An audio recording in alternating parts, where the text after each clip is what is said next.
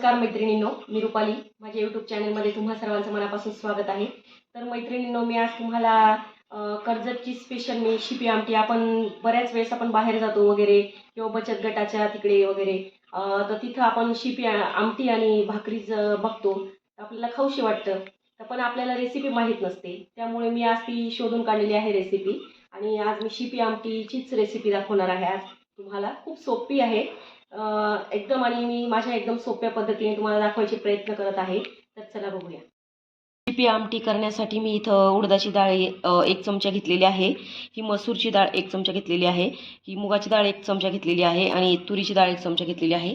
Quantity मी ही 4 जणांसाठी करत आहे, कारण ही जी डाळ याच्याने खूप घट्ट होऊन जाते आमटी, त्यामुळे मी ही 4 जणांसाठी बनवण्यासाठी मी एवढीच डाळीचा वापर करत आहे. आणि तुम्हाला जर क्वांटिटी जास्त वापरायची असेल तर तुम्ही याचं प्रमाण जास्त घेऊ शकता. तर आता हे कुकरचं भांडं घेतलेलं आहे, त्यामध्ये टाकून स्वच्छ धुवून घेते 3-4 पाण्याने, आणि आपल्याला याच्या 3 ते 4 शिट्ट्या एकदम गाळ शिजून घ्यायची आहे. डाळी मी स्वच्छ धुवून घेतलेल्या आहे, त्यामध्ये अगदी थोडीशी हळद टाकायची आहे, आणि आता मी याच्या शिट्ट्या घेऊन घेते. आपल्या डाळी छान शिजून गेलेल्या आहेत. आता मी हे थोड्या वेळ बाजूला ठेवून देते. हे शिपी आमटीसाठी लागणारं साहित्य, मी हा मोठा कांदा घेतलेला आहे, खोबरं घेतलेलं आहे, तुम्ही ओलं पण वापरू शकतात. मी सुकंच खोबरं घेतलेलं आहे, धने घेतलेले आहे 1 ते 1.5 चमचा, लसूण भरपूर घेतलेला आहे, आणि थोडंसं अद्रक घेतलेलं आहे, आणि कोथिंबीर घेतलेली आहे. कांदा, खोबरं आणि हे धणे ना, आपल्याला हे भाजून घ्यायचे आहे व्यवस्थित. थोडंसं तेल टाकायचं आहे. आपला हे कांदा छान भाजून झालेला आहे. आता हे काढून घ्यायचं आहे आपल्याला हा मसाला आता व्यवस्थित असा वाटून घ्यायचा आहे, आणि कांदे थोडे काळेच करून घ्यायचे आहे, म्हणजे आपली जी आमटी असते ना शिपी आमटी, तिला चव खूप छान येते. थोडीशी कोथिंबीर पण टाकत आहे मी, आणि हे वाटून घ्यायचं आहे एकदा, आणि परत मग उघडायचं आहे, थोडंसं पाणी टाकून परत आपल्याला वाटून घ्यायचं आहे. हे बघा, पाणी टाकून आपण छान मसाला वाटून घेतलेला आहे. आता आपण फोडणी देऊया. गॅसवर कढाई ठेवलेली आहे. मी इथं 2 ते 2.5 पळीचा तेलाचा वापर केलेला आहे, कारण आपल्याला ह्या जी शिपी आमटी असते ना, तिला तेल खूप जास्त असतं, एकदम तरीबाज असते, त्यामुळे मी 2.5 पळी तेल टाकलेलं आहे. तेल तापलेलं आहे. 1 चमचा मी जिरं मोहरी टाकून घेते. जिरं मोहरी छान तडतडलं की आपल्याला हा मसाला टाकून द्यायचा आहे, आणि व्हिडिओ शेवटपर्यंत बघायचा आहे मैत्रिणींनो. अजून मी काही तुम्हाला सिक्रेट गोष्टी याच्यात दाखवणार आहे, त्याच्यामुळे मसाला छान तेल सुटेपर्यंत आपल्याला आता होऊ द्यायचा आहे तेलात. ही जी आपण ह्या डाळी शिजून घेतलेल्या आहे, यातलं हे पाणी काढून घ्यायचं आहे मैत्रिणींनो आपल्याला.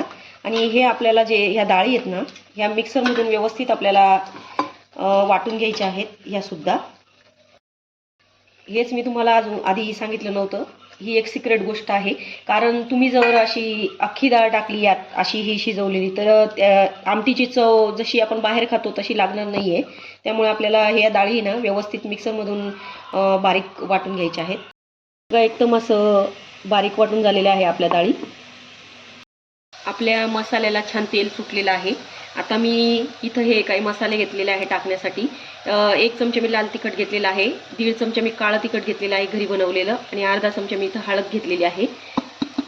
आणि तुम्हाला जर एकदम अजून झणझणीत जर हवी असेल तर तुम्ही यात खडे मसाले पण तुम्ही यात ॲड करू शकतात, कारण आम्हाला जास्त झणझणीत चालत नाही, त्यामुळे मी खडे मसाल्यांचा वापर केलेला नाही आहे. पण तुम्हाला जर तिखट खूप चालत असेल तर तुम्ही टाकू शकतात.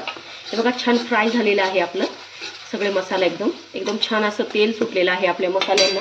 आता आपण हे जे डाळी वाटून घेतलेल्या होत्या ना, आता त्या यात टाकायचं.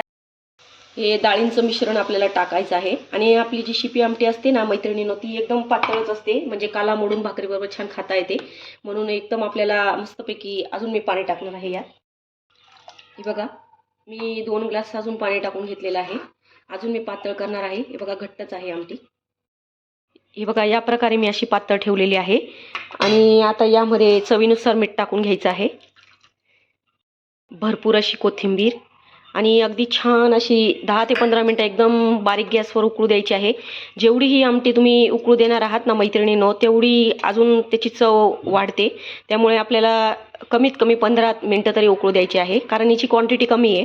जर खूप जास्त राहिली तर आपल्याला जास्त वेळ उकळू द्यावी लागते. तर 15 मिनटात मी तुम्हाला दाखवते उकळल्यावर. आमटीला 15 मिनिटं झालेले आहे. खूप छान अशी उकळून गेलेली आहे आणि खूप छान वास येतो आहे आमटीचा, एकदम सुगंध. असं झालंय कधी खाऊन कधी नाही.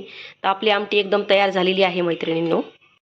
झणझणीत अशी आपली शिपी आमटी तयार झालेली आहे मैत्रिणींनो. त्याबरोबर मी भाकरी पण केलेली आहे, कांदा, लिंबू आणि काकडी. तर नक्की करून बघा, खूप छान लागते ही आमटी आणि भाकरी माझ्या पद्धतीने. मी एकदम परफेक्ट बनवण्याचे प्रयत्न केलेले आहे, जशी आपण बाहेर खातो तशी. तर नक्की ट्राय करा ही रेसिपी माझी व्हिडिओ आवडत असेल तर माझ्या चॅनलला सबस्क्राईब करा, लाईक्स करा, कमेंट करा आणि मला सपोर्ट करा. धन्यवाद.